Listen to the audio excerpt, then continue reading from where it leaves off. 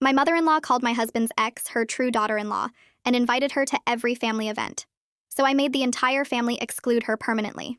Colton and I got married 3 years ago after dating for 2 years. Before me, he was with Lindsay for 6 years, but they never got engaged because Lindsay kept saying she wasn't ready. She dumped him to go find herself in Europe and broke his heart. We met 8 months later at a cooking class and just clicked. His mom, Diane, seemed happy for us at first, said she was glad Colton found someone who actually wanted to commit. The wedding was beautiful, small, just family and close friends. Diane gave this speech about welcoming me to the family and how happy she was to finally have a daughter-in-law. I thought we were good. Then Lindsay came back from Europe. She was broke, single, and suddenly really interested in being friends with Colton again. He shut it down immediately, told her he was married and happy. But Diane heard Lindsay was back in town and invited her to Sunday dinner without telling us. We showed up, and there was Lindsay at the table like nothing had happened. Colton wanted to leave, but Diane made a big scene about how Lindsay was still family, and I needed to be mature about it.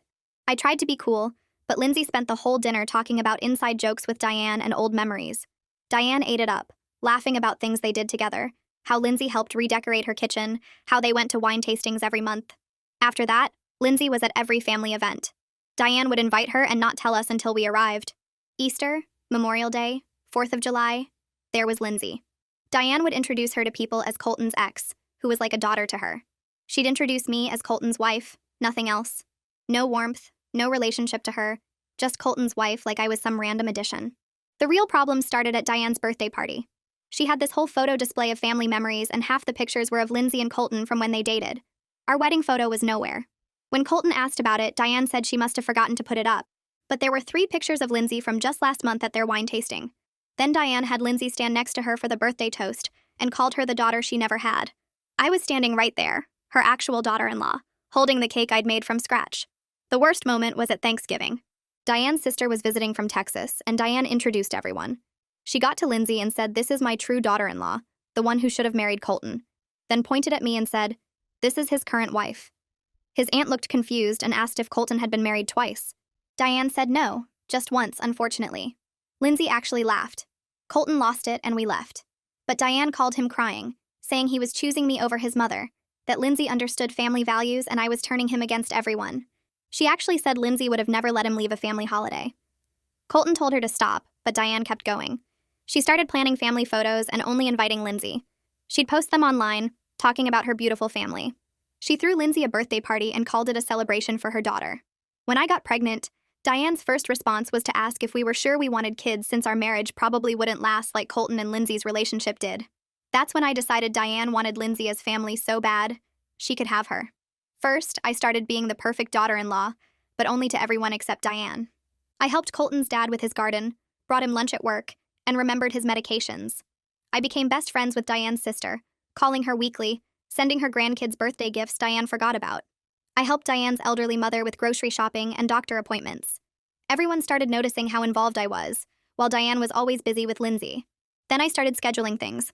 I'd plan family events on days I knew Diane had committed to Lindsay.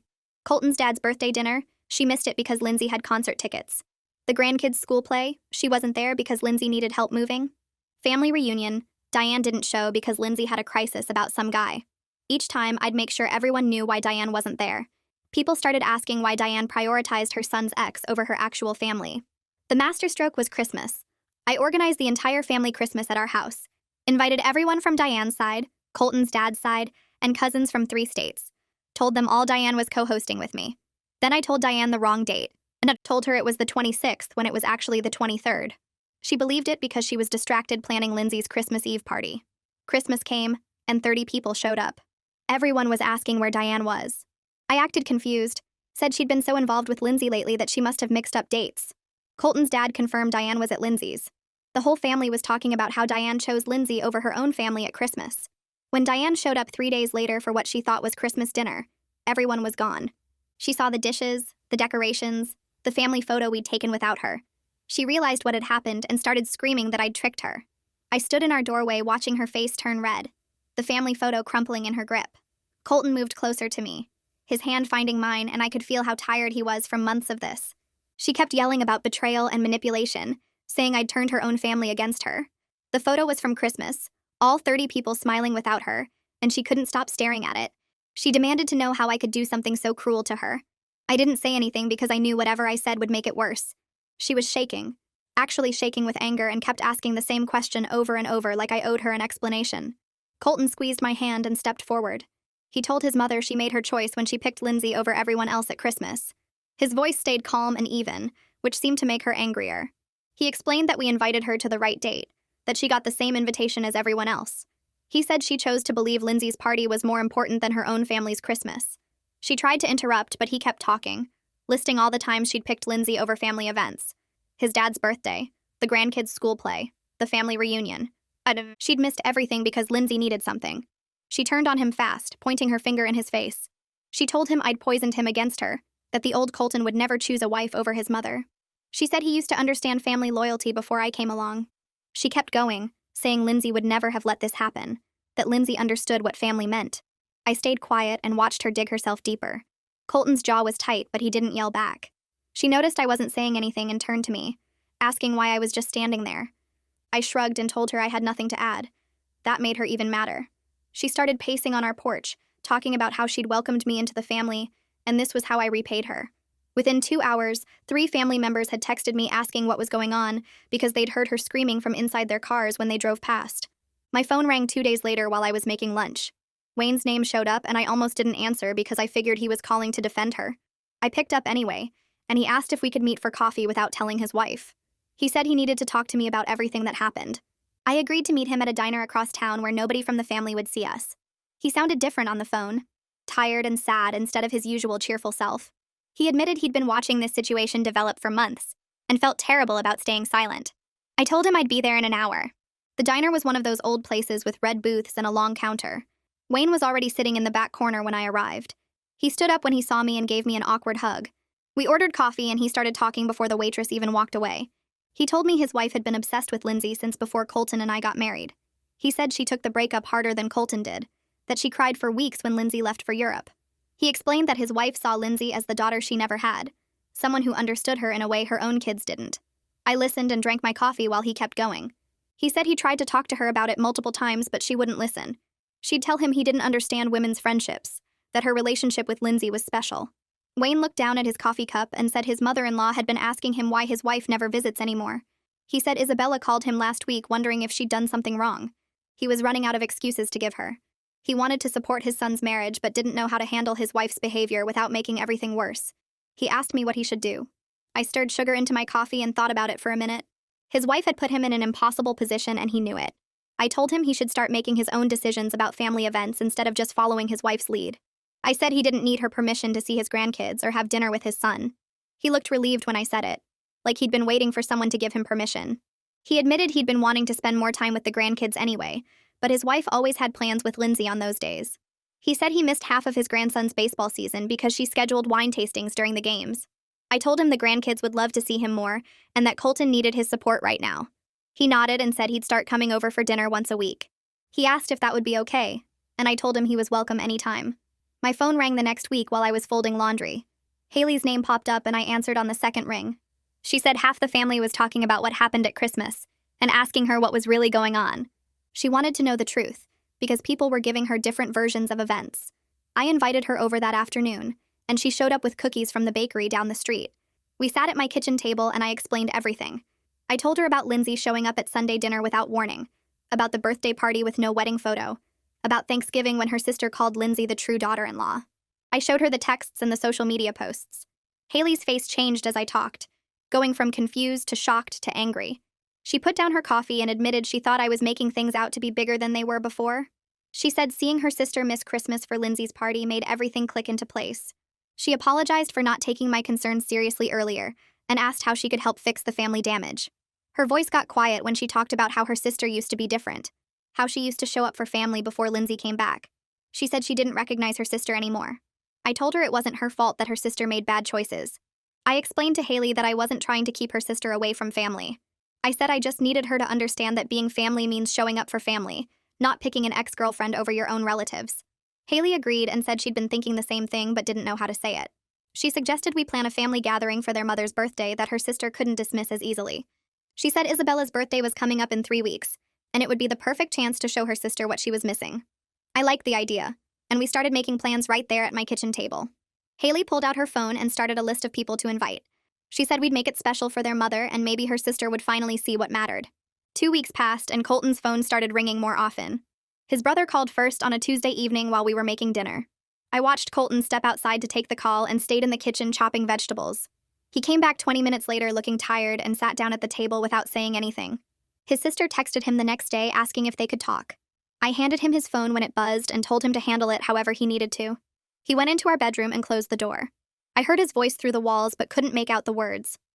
When he came out an hour later, he looked like he'd been crying. I hugged him and he held on tight for a long time. His siblings needed to hear everything from him because I was the wife and they were his family. The conversations happened over the next few days.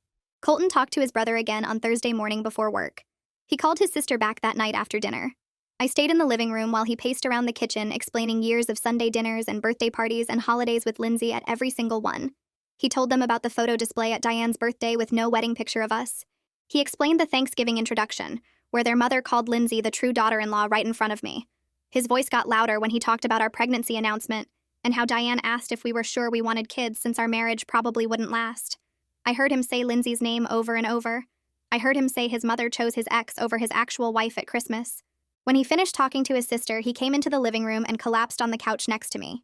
He put his head in his hands and said they had no idea. His brother thought Diane was just being nice to Lindsay because she'd dated Colton for so long. His sister admitted she noticed Lindsay at family events but figured their mother was trying to keep everyone comfortable. Neither of them realized Diane was actively pushing me out while pulling Lindsay in. Colton said his sister felt terrible for not seeing it sooner. She told him she noticed I wasn't in many family photos but thought I just didn't like having my picture taken. She never questioned why Lindsay was always there because their mother acted so normal around everyone else. The family group chat that Diane created 6 months ago suddenly lit up with activity. My phone buzzed 3 times in a row while I was folding laundry. I picked it up and saw messages about planning Isabella's birthday party. Haley sent the first message asking what kind of cake their mother liked. Colton's sister responded saying Isabella loved chocolate with vanilla frosting. Someone suggested the Italian restaurant downtown. Another cousin said she could order flowers. I watched the messages come through and felt my stomach flip because this was actually happening. Diane jumped into the conversation within minutes. She sent a long message about how she should coordinate everything since Isabella was her mother. She listed all the things that needed to be done and assigned tasks to different people. Haley responded immediately saying she was already handling the planning with me. The chat went quiet for a few seconds. Then Diane sent 3 question marks. Haley typed back that we'd been working on the party for over a week and had everything organized. She said Diane was welcome to come and celebrate, but the planning was done. I screenshot the conversation and sent it to Colton without adding any comment. My phone buzzed again 5 minutes later. A private message from Diane popped up on my screen. I opened it and read the first line demanding to know why I was turning her family against her. She said I was manipulating everyone and destroying her relationships with her own children. The message got worse as it went on. She threatened to tell everyone what I really was. She said the family would see through my act eventually. She called me calculating and cruel. My hands shook as I screenshot every word. I sent the screenshots to Colton and put my phone face down on the counter. I didn't respond to Diane at all. Colton called his mother 30 minutes later. I heard his voice through the bedroom door telling her that threatening his pregnant wife was completely unacceptable. Diane's voice came through the phone loud enough that I could hear her crying from the other room. She said she was the victim and nobody understood what I'd done to her. Colton's voice stayed calm and firm. He told her he wouldn't tolerate threats against me anymore. He said she needed to stop blaming me for consequences of her own choices. Diane kept crying and saying she just wanted her family back. Colton said the door was open when she was ready to prioritize actual family over Lindsay. Then he ended the call. I focused on planning Isabella's party with Haley over the next week. We texted back and forth about menu options and decorations. Haley called me Tuesday afternoon and we talked for an hour about what would make the party special. I genuinely cared about Colton's grandmother because she'd always been kind to me. She never made me feel like an outsider or compared me to Lindsay. We chose her favorite restaurant and made a reservation for Saturday afternoon. The guest list included everyone from the extended family except Lindsay, because she wasn't actually family no matter what Diane said. Haley and I split the tasks. She ordered the cake and I handled the decorations. We picked out a beautiful bouquet of purple flowers because Isabella mentioned loving purple once during a grocery store trip. Diane called Haley on Thursday morning. Haley texted me right after saying their conversation went badly. She called me back during lunch and explained that Diane demanded to know if Lindsay was invited. Haley told her no and explained that family events were for family. Diane started yelling about how Lindsay was more family than I would ever be. Haley said she told their sister that she was being ridiculous and hurtful. Diane hung up on her own sister without saying goodbye. Wayne called me Friday evening to confirm he was coming to the party. His voice sounded lighter than I'd heard in months. He said he picked out a gift himself and wanted to make sure we had enough chairs. He mentioned he'd been having lunch with Isabella every week now, and she was doing better since I'd been helping with her appointments. Saturday afternoon came, and everyone showed up at the restaurant by 2 o'clock. Isabella arrived with Wayne and looked surprised to see so many people waiting. The table was set with the purple flowers, and everyone had brought cards and gifts. Diane wasn't there. Isabella looked around and asked where her daughter was. The table got quiet. Wayne reached over and gently told his mother-in-law that Diane was sick today. Isabella frowned and pulled out her phone to text her daughter. Wayne put his hand over hers and said Diane had been very busy lately with her friend Lindsay. Isabella looked confused. She asked who Lindsay was because she'd never heard Diane mention this person. Nobody spoke for a few seconds. Haley cleared her throat and explained that Lindsay was Colton's ex-girlfriend who Diane had become very close with over the past couple years. Isabella's face changed from confused to disappointed. She looked at me and then at Colton and asked if this was true. Colton nodded and said his mother had been prioritizing Lindsay over the whole family, including missing today's celebration. Isabella's face changed from confused to something sadder, something that looked like she'd just learned her own daughter had picked a stranger over her. She reached across the table and her hand felt small and warm when it grabbed mine. She squeezed my fingers and told me I was a good girl for putting this whole party together for her. Her voice cracked a little when she said it, and I could see tears starting in her eyes. Wayne put his hand on her shoulder and the whole table sat there quiet for a minute. Then Isabella looked around at everyone and said she was happy to be here with family who actually showed up. Haley started talking about the cake, and the mood shifted back to celebration, but I could tell everyone was thinking about what just happened. We sang happy birthday, and Isabella blew out her candles and smiled, but her eyes kept drifting to the empty chair where Diane should have been sitting. After the party ended and we helped clean up, people started pulling me aside in the parking lot. Colton's brother came up while I was loading gifts into our car and said he had no idea things were this bad with his mom. He looked embarrassed when he admitted he thought I was being too sensitive about the Lindsay situation. He promised he was going to sit down with Diane and have a real talk about her priorities, because missing her own mother's birthday was crossing a serious line. Haley hugged me before we left and whispered that 3 other family members had said the same thing to her. She looked relieved that people were finally seeing what she'd been trying to tell them for months. Wayne walked us to our car and thanked me again for taking care of his mother-in-law. He said Diane used to handle all that stuff, but she'd been so distracted lately that Isabella's doctor appointments and grocery trips just weren't happening unless I did them. I woke up the next Tuesday morning feeling sick and barely made it to the bathroom before throwing up. I was 4 months pregnant now, and the morning sickness was supposed to be getting better, but some days were still rough. Colton held my hair back and brought me crackers and water after. I sat on the bathroom floor for 20 minutes waiting to see if I'd throw up again. I had to call Haley and cancel our lunch plans because I couldn't imagine eating anything. Then I remembered I'd promised to help Isabella with her grocery shopping that afternoon, and I forced myself to get dressed and drive over there anyway. Colton kept asking if I was okay, and I could see the stress in his face. He'd been so supportive through the whole pregnancy, but dealing with his mother's behavior on top of my morning sickness was wearing him down. He offered to come with me to Isabella's, but I told him to go work on the nursery like he'd been planning. I needed him to have something positive to focus on, instead of just worrying about me all day. That Thursday night, Wayne showed up at our house with a toolbox and asked if Colton needed help with the baby's room. Colton looked surprised because his dad had never just dropped by like that before. Wayne explained that Diane was out with Lindsay again, and he didn't feel like sitting home alone. He started measuring the wall for shelves and asking Colton about paint colors. I made dinner for all 3 of us, and Wayne stayed until almost 10 o'clock, helping hang curtain rods and assemble the crib. He kept talking about how excited he was to be a grandfather and asking questions about due dates and baby names. When he was getting ready to leave, he mentioned that Diane hadn't asked him a single question about the nursery or the baby in weeks. His voice got quiet when he said it, and I could tell it bothered him more than he wanted to admit. Colton walked him out to his car, and they stood in the driveway talking for another 15 minutes. The next Thursday, Wayne showed up again with his toolbox, and this became our new routine. Every Thursday, he'd come over for dinner and spend the evening helping with baby prep. He never called ahead or asked if it was okay. He just showed up like he needed to be there. Diane must have noticed Wayne was gone every Thursday because 3 weeks into our new routine, he came over looking upset. He told us Diane had confronted him at home that morning and accused him of betraying her by spending so much time with us. She'd said I was trying to steal her husband along with her son. Wayne's hands were shaking when he repeated what she'd told him. He said he'd finally had enough and told Diane straight out that he was choosing to have a relationship with his son and his future grandchild. He told her she was welcome to join them anytime, but he wasn't going to miss out on being a grandfather just because she wanted to play house with Lindsay. Diane had screamed at him that he was picking sides, and he'd said yes, he was picking his actual family. We sat at the kitchen table, and Wayne looked like he'd aged 10 years in one conversation. Colton reached over and squeezed his dad's shoulder and told him he was proud of him for finally speaking up. The screenshots started showing up in my phone on Saturday afternoon.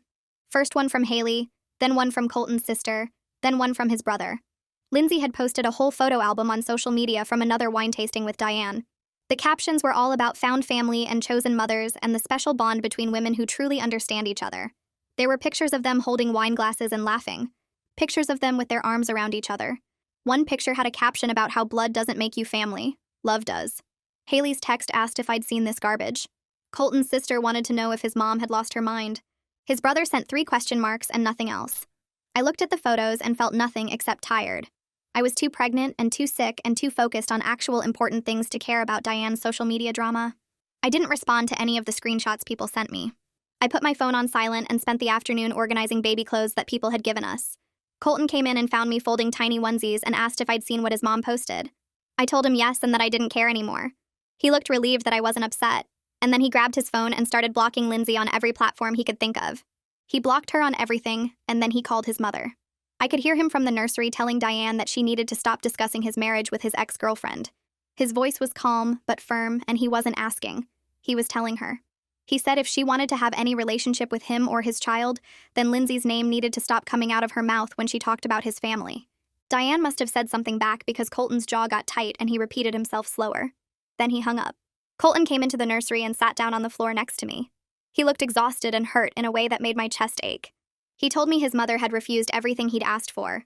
She'd said Lindsay understood her better than her own children did, and that she wasn't going to apologize for having a friend who actually cared about her feelings. Colton's eyes were wet when he repeated what she'd said, and I could tell something inside him had broken. I put down the baby clothes and wrapped my arms around him, and we just sat there on the nursery floor. He cried quietly against my shoulder, and I held him while he processed that his mother valued his ex-girlfriend more than she valued him. We stayed there until it got dark outside, and neither of us said anything because there wasn't anything left to say. Haley called me 3 weeks later with an idea for a baby shower. She wanted to host it at her house and invite all the women in the family. She listed off names of aunts and cousins and Colton's sister, and then she paused and asked if I wanted her to invite Diane. I sat there holding the phone and thinking about whether I even wanted Diane at my baby shower. Part of me hoped she'd come and act normal and show that she cared about her grandchild. Part of me knew she'd probably bring Lindsay or make the whole day about her feelings.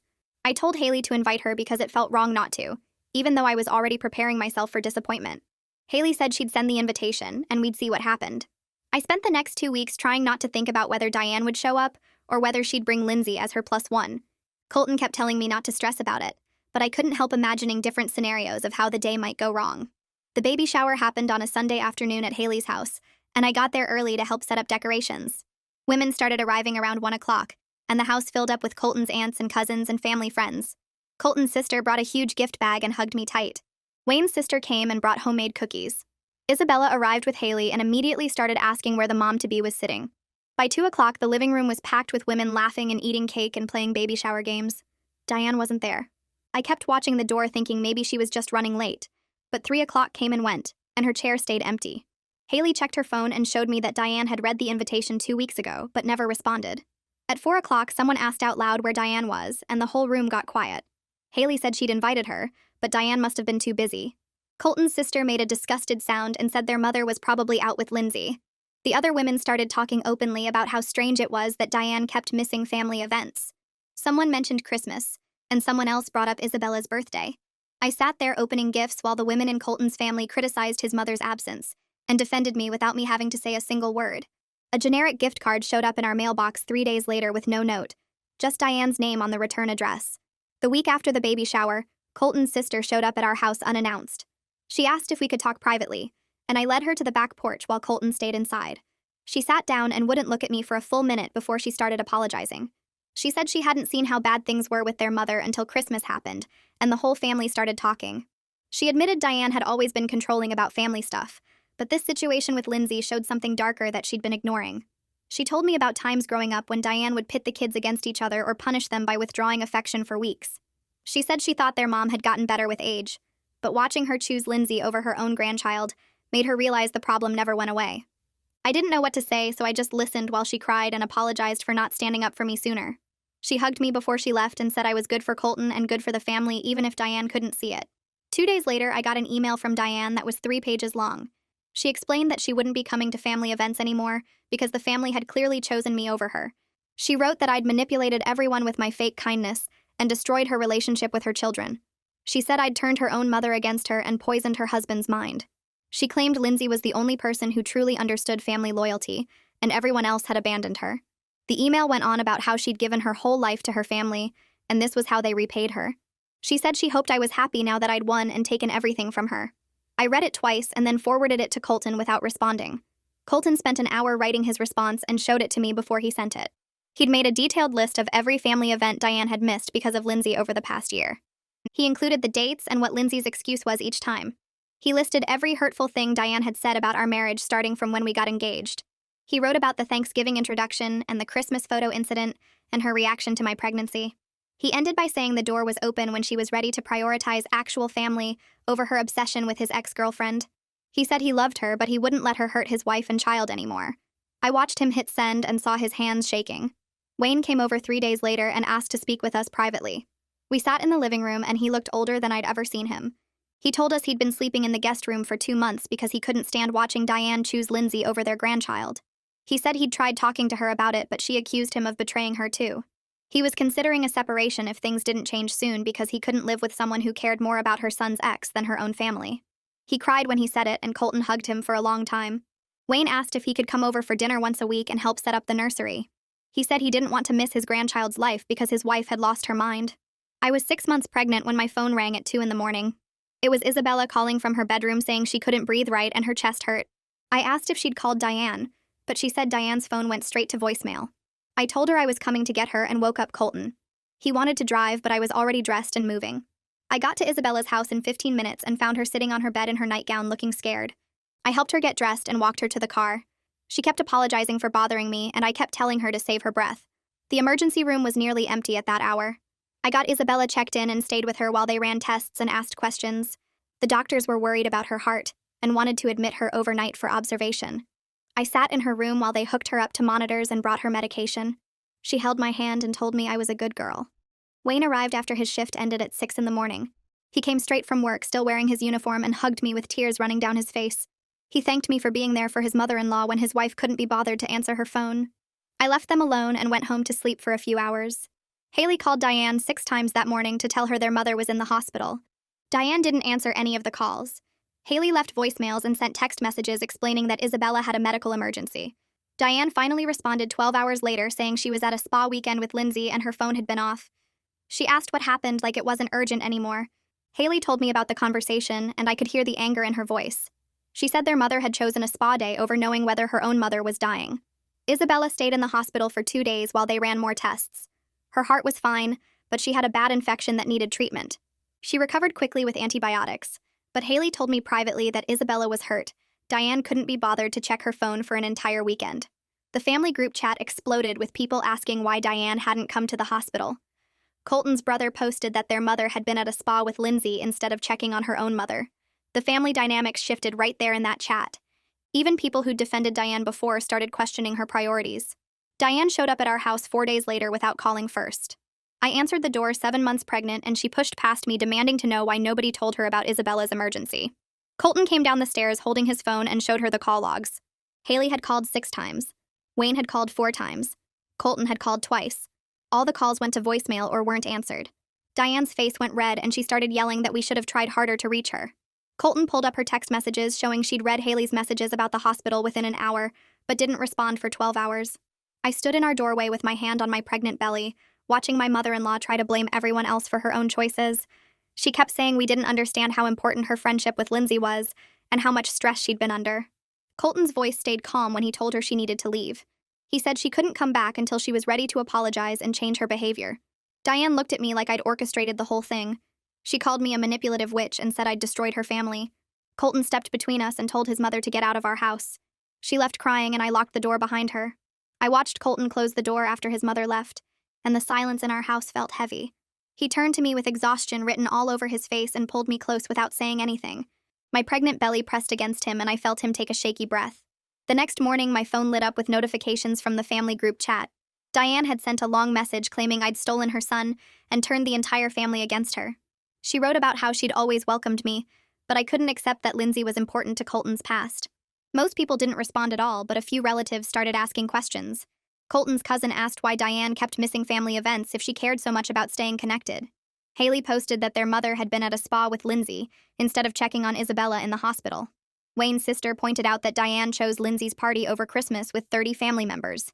I didn't add anything to the conversation because I didn't need to. The family was finally seeing what I'd been dealing with for 3 years without me having to say a word.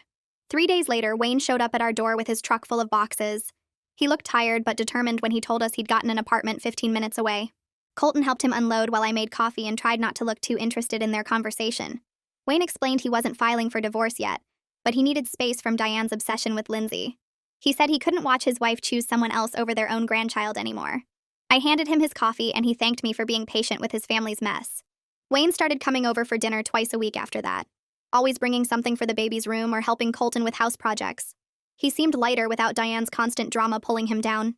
I went into labor on a Tuesday afternoon 3 weeks before my due date.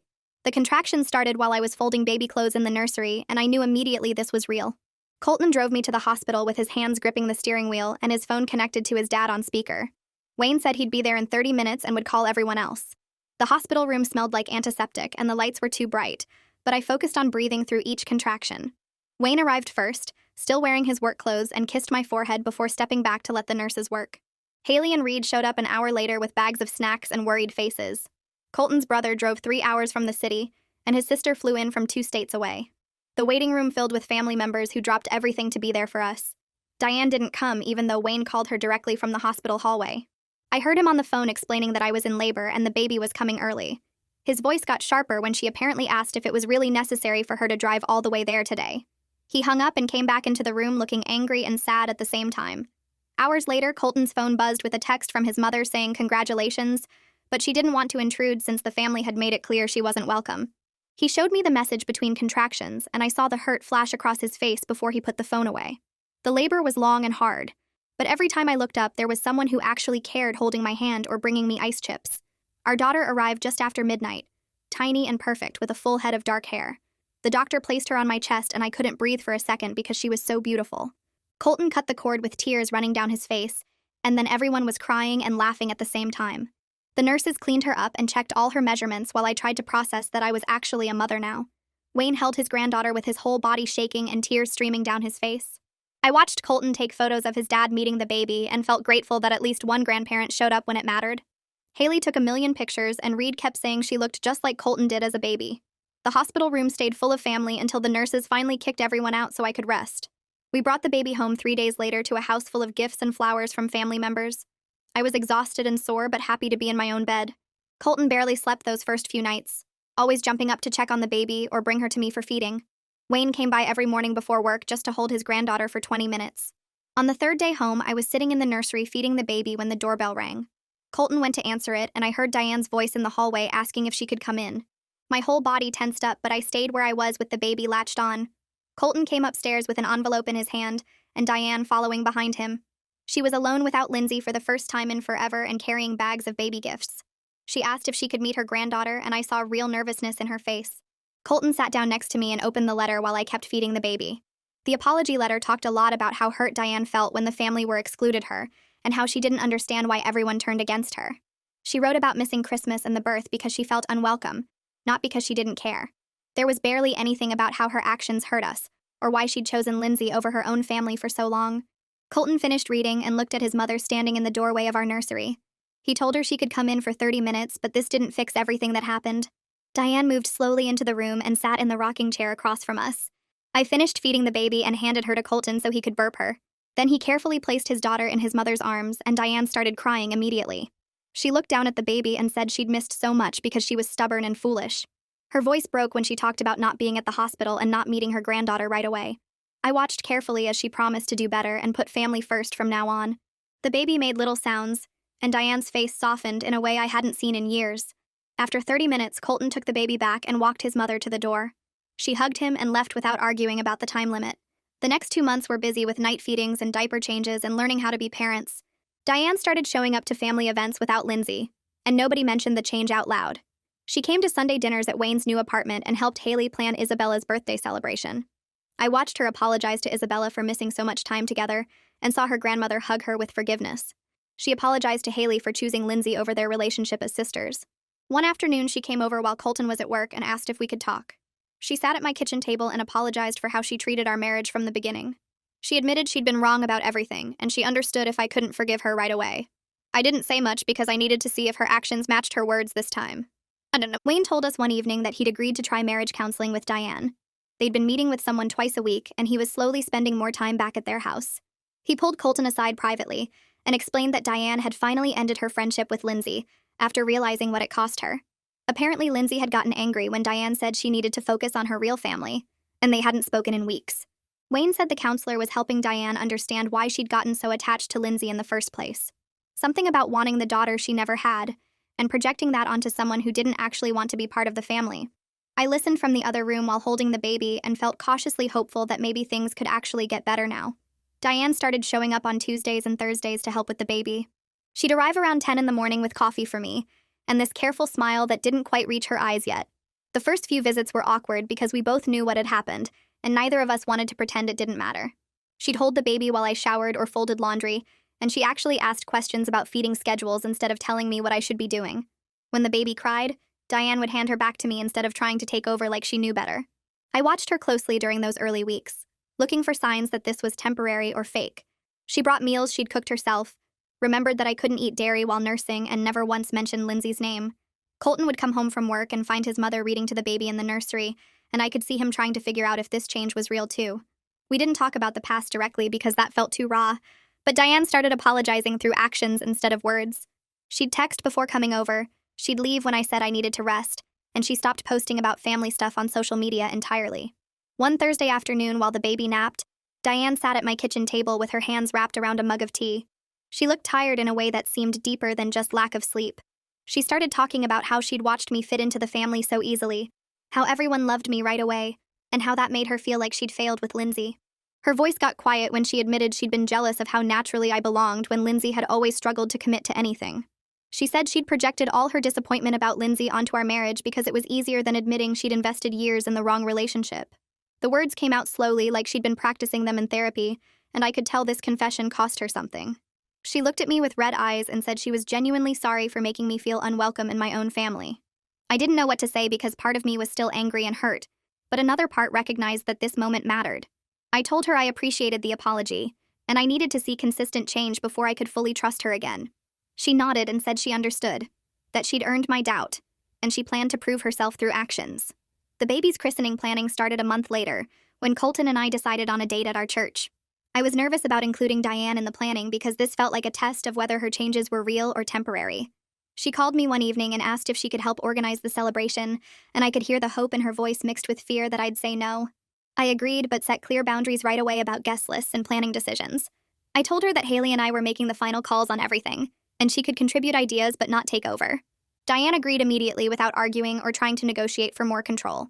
We had a planning meeting at Haley's house where I laid out exactly what I wanted for the christening, and Diane took notes and asked questions instead of pushing her own vision. When I said no to her suggestion about the flowers, she just said okay and moved on to the next topic. Haley kept giving me these surprised looks because we both expected more resistance. The next few weeks of planning showed me that Diane meant what she'd said about respecting boundaries. She worked alongside Haley to book the venue and coordinate the catering, and she never once tried to go around me to make decisions. When relatives called her asking about the christening details, she directed them back to me instead of taking over those conversations. She helped address invitations at my kitchen table while I fed the baby, and she didn't complain when I was rejected her first draft of the wording. The guest list discussion could have been a disaster, but Diane accepted every name I included without questioning my choices. Lindsay's name never came up during any planning meeting, and I watched Diane carefully for signs that she was struggling with that exclusion. If it bothered her, she kept it completely hidden. She seemed focused on proving she could be the grandmother and mother-in-law I needed rather than the one she'd been before. Haley told me privately that Diane had called her crying one night, grateful that I was giving her this chance to be involved. The christening happened on a sunny Saturday morning with the whole family gathered at the church. Our daughter wore the christening gown that had been in Colton's family for 3 generations, and Diane had spent hours carefully pressing and preparing it. The ceremony was beautiful and simple, and afterwards we had a reception at a restaurant near the church. Diane had helped set up all the decorations the night before, working late with Haley to make sure everything looked perfect. When it came time for speeches, Diane stood up with a piece of paper in her shaking hands. She talked about family and second chances in a way that felt humble instead of performative. She admitted she'd made serious mistakes in how she'd treated our marriage, and she thanked me specifically for giving her the opportunity to be part of her granddaughter's life. Her voice broke when she said she didn't deserve this second chance, but she was grateful for it every single day. The room was quiet while she spoke, and I could see other family members wiping their eyes. She looked directly at me when she finished and said she hoped to spend the rest of her life proving she could be the mother-in-law and grandmother we deserved. 2 weeks after the christening, Wayne called a family dinner at their house to make an announcement. Diane looked nervous when we all gathered in their dining room, and Wayne held her hand while he explained that they'd been going to marriage counseling twice a week for 3 months. He said the counseling had helped them reconnect and remember why they'd fallen in love 30 years ago. Then he announced they were planning to renew their vows on their 30th anniversary in 6 months. Diane added that she wanted the whole family there to witness them recommitting to each other and to being better family members. The family erupted in congratulations and hugs, and I watched Isabella cry happy tears while holding her daughter. Colton squeezed my hand under the table, and I knew he was thinking the same thing I was about how far his parents had come. Haley immediately started planning the vow renewal ceremony, and everyone talked about how this felt like a new beginning for the whole family. Sitting in bed that night after the dinner, I realized something important about everything that had happened. Standing up for myself and setting hard boundaries had actually saved this family instead of destroying it like Diane had claimed. She'd needed to face real consequences and lose access to her family before she could see how badly she'd damaged her relationships. If I'd just kept accepting her behavior and trying to be nice, nothing would have changed. Diane would still be prioritizing Lindsay over her actual family, and the resentment would have kept building until something worse happened. The exclusion and isolation she'd experienced had forced her to examine her choices and get help. Wayne moving out had been the wake-up call she'd needed to understand she was destroying her marriage too. All the pain and conflict had led to this moment where healing was actually possible because everyone finally understood where the boundaries were. Colton found me in the nursery a few days later, watching our daughter sleep in her crib. He put his arms around me from behind and said he was proud of how I'd handled everything, even though it had been messy and painful. He told me our marriage was stronger because we'd faced this challenge together, and he'd never once doubted which side he was on. I leaned back against him and felt the truth of that statement. We'd been tested in ways most couples never face with family, and we'd come through it with our relationship intact. He'd chosen me over his mother repeatedly, and that had built a foundation of trust that would carry us through whatever came next. He said he used to worry about balancing his family and his marriage, but now he understood they weren't supposed to be in competition. His mother had created that false choice, and by refusing to accept it, we'd forced everyone to find a healthier dynamic. 6 months after our daughter's birth, family gatherings felt genuinely warm instead of tense and performative. Diane showed up to Sunday dinners at Wayne's house and helped cook instead of trying to run everything. She played with the baby on the floor and asked about my day like she actually cared about the answer. She'd rebuilt her relationship with Haley through consistent effort and regular phone calls. Wayne looked happier than I'd seen him in years, spending time with his granddaughter and planning the vow renewal with actual excitement. Colton's siblings had started including us in more family activities because the drama had finally settled. Lindsay's name hadn't come up in months, and nobody seemed to know or care what she was doing anymore. The family photos Diane posted now actually included me and our daughter, with captions about being blessed and grateful. I'd stopped waiting for the other shoe to drop because Diane's changes had remained consistent through holidays and stressful moments. Isabella's health had improved significantly with regular family support and weekly visits from multiple relatives. She told me one Sunday afternoon that I was her favorite granddaughter-in-law, which made everyone at the table laugh. Diane smiled when she said it instead of looking hurt or jealous. The family joked that I'd earned that title through hospital visits and birthday parties, and Isabella agreed while patting my hand. She pulled me aside later and said she was proud of me for standing up for myself when her daughter was being unreasonable. She admitted she'd been worried about Diane's obsession with Lindsay, but hadn't known how to address it without making things worse. Now she felt like she had her daughter back, and she thanked me for forcing the confrontation that led to real change. Thanksgiving arrived 10 months after our daughter's birth, and the whole family gathered at Wayne's house because he'd offered to host instead of Diane doing it like usual. The kitchen smelled like turkey and stuffing while everyone crowded around talking and laughing with plates balanced on their laps. I was helping clear dishes when Diane appeared next to me at the sink and touched my arm gently. She asked if we could talk privately for a minute and led me into Wayne's study where family photos lined the walls. Diane's hands twisted together as she looked at me with tears in her eyes and said she needed to thank me for something important. She said I could have given up on this family when she made it nearly impossible to be part of it. But instead I fought for my place here and forced everyone to see what really mattered. Her voice cracked when she admitted she was wrong about everything. Wrong about Lindsay. Wrong about our marriage. Wrong about what family actually meant. She said she was grateful I didn't let her destroy what Colton and I had built together, because watching us now showed her what a real partnership looked like. 3 weeks later, I took a pregnancy test in our bathroom and stared at the positive result with my heart racing. Colton was the first person I told, and he picked me up and spun me around while grinning like crazy. Then I called Diane before telling anyone else in the family, and her reaction made me cry. She started sobbing happy tears over the phone and immediately started talking about planning a celebration dinner with everyone. She asked if she could help with anything I needed and promised to be there for every doctor appointment if I wanted her there. The difference between this pregnancy and my first one hit me hard because last time she'd questioned whether we should even have kids. Wayne pulled Colton aside one evening when they were working on the nursery together for our second baby. I was downstairs, but Colton told me later that his dad said something that stuck with him. Wayne admitted that my actions over the past year had actually saved his marriage by forcing Diane to see what really mattered before it was too late. He said the family was closer now than it had been in years because everyone finally understood where the boundaries were and what showing up actually meant. Wayne thanked Colton for marrying someone strong enough to stand up for herself and smart enough to know how to fix what was broken. Our family found a balance over the following months that felt different from before in important ways. I was respected as Colton's wife and our children's mother without having to prove myself constantly. Diane rebuilt her relationships through consistent effort and regular presence instead of trying to control everything.